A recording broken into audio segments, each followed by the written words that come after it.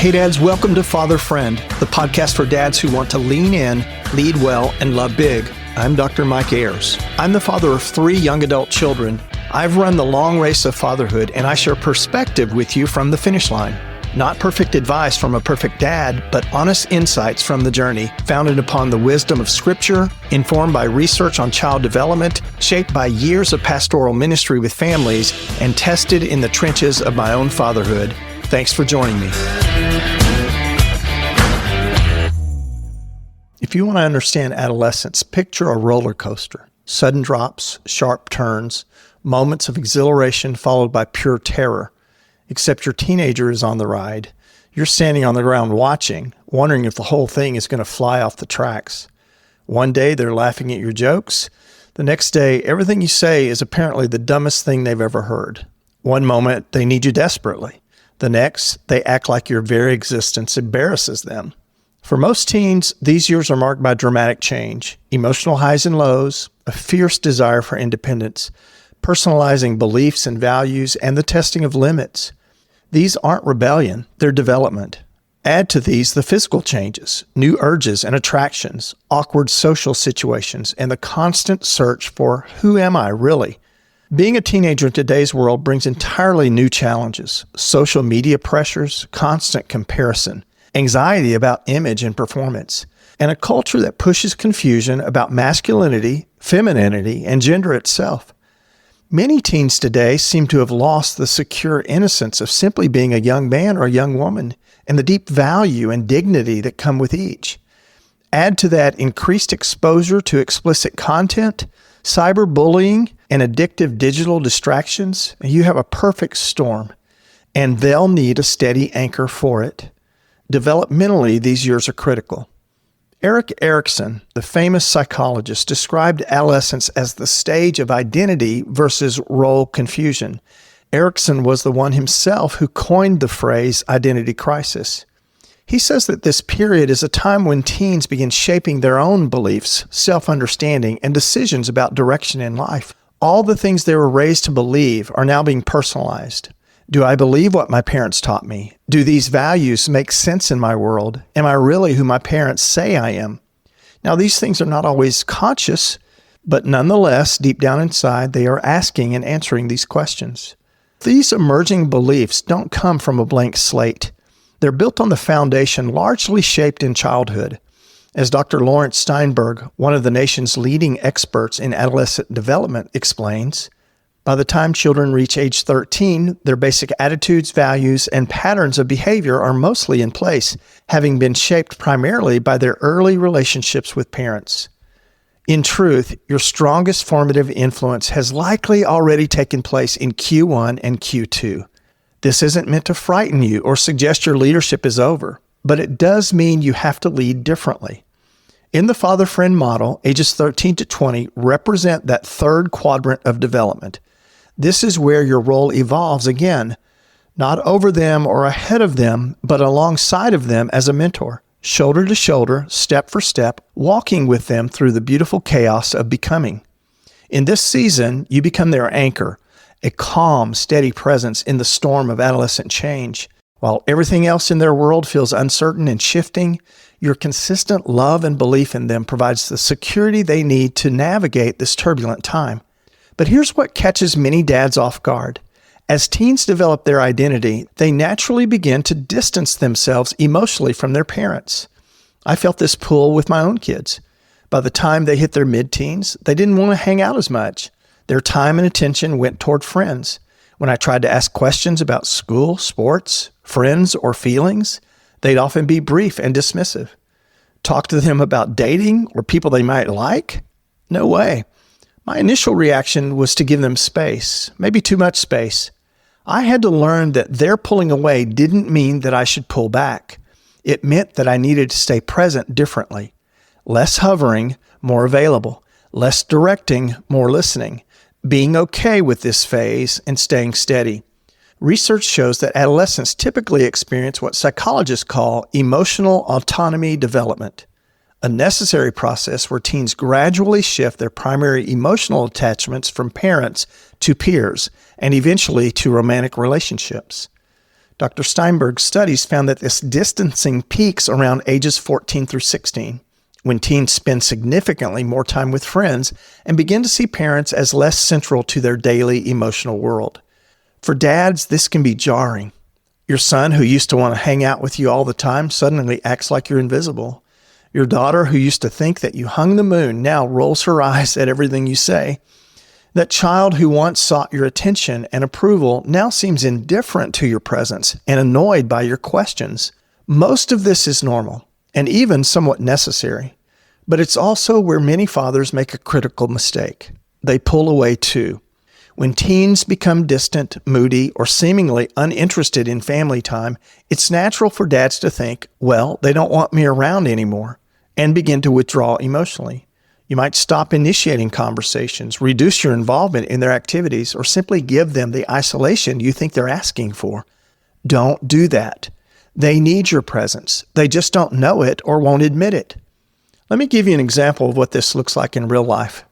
Even when my children were 13, 14, 15, I maintained our morning routine when I dropped them off at school, telling them I love you and giving them a hug or a high five and a kiss on the cheek before they got out of the car, right there in front of the school in the car line.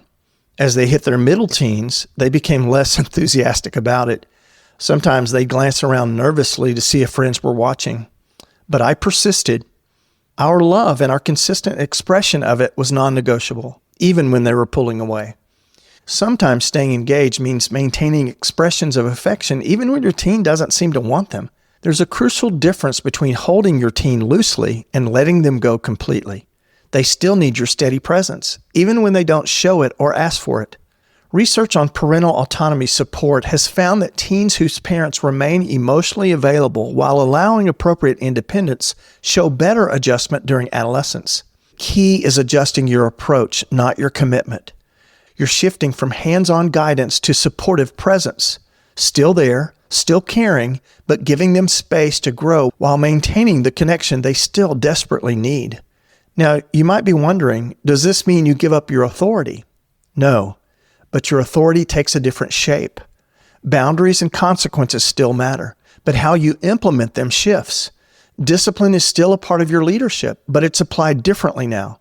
Teens don't know it all like they think, especially in the early years of Q3, and they tend to make a lot of dumb mistakes. They can't be completely left to themselves, and trust must be earned. Low direction in this stage does not mean no direction. I remember having to navigate this with my daughter around age 17 or 18. She wanted more freedom, and even as protective as I was of my little girl, I knew I needed to give it to her. But trust had to be earned first. It wasn't that I didn't trust her honesty. I needed to trust that she would make wise decisions that wouldn't put her at risk. So we had conversations about expectations, dangers in the world, and potential consequences of her choices. At first, I was somewhat controlling and cautious. But over time, she proved her ability to make good decisions, not naive ones. Trust was established and freedom followed. Now, while this season calls for stepping back, there are times when you need to step back in. Serious safety concerns, mental health crises, substance abuse, or dangerous relationships require you to step back in with appropriate intervention and professional help. The walking beside them approach temporarily shifts when their well-being is at risk. But they also can't grow into adulthood without space to choose, experience the consequences of those choices, and make gradual movement toward independence. Here's a dad moment that really illustrates this tension. Think about this. Your 16-year-old daughter has arrived at school only to realize that she left something she needed at home. This happened twice in the last 2 weeks. Once was her cheer uniform. The other was her homework. You had to leave work both times to take them to her. You tell her, I can't keep taking things to you that you forget.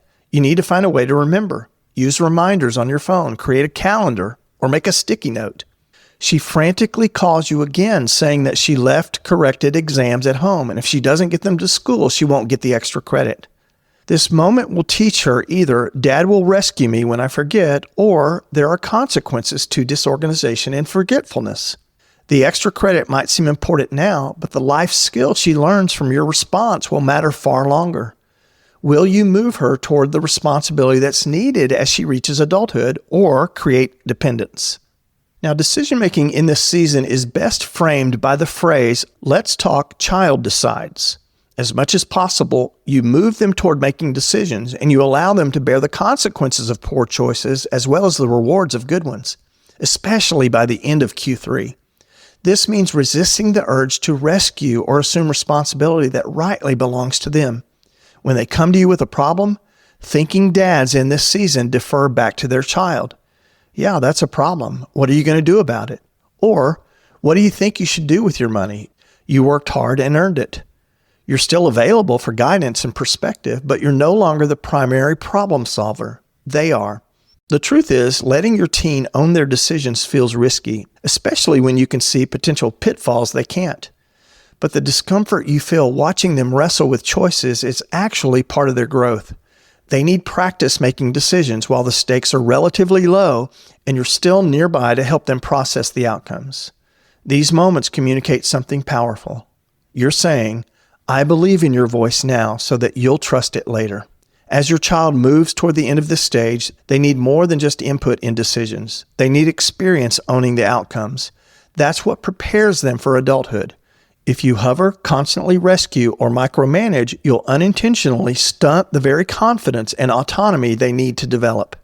This is where your influence becomes most powerful, not because you're forcing compliance, but because they trust you enough to seek your wisdom, even when they don't have to. As you move toward the middle and end of Q3, the shift from authority-based leadership to influence-based leadership marks one of the most significant transitions in fatherhood. It's a difficult one for most dads, going from telling to listening, from coaching to mentoring, from being trusted to trusting them. But it's one you have to make, and your kids need this form of love to prepare them for what's ahead. So learn the science of it. Understand what's happening in their developing brains and why they're pulling away.